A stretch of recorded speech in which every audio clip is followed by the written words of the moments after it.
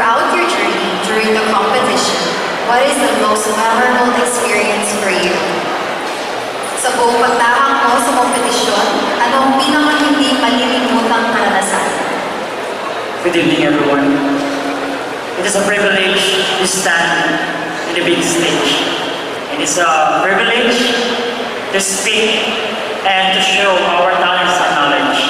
As inuuning kapampangan, I believe the true greatness is not only defined by his looks or stage, but by his heart for service, his pride for heritage, and his elevating our values.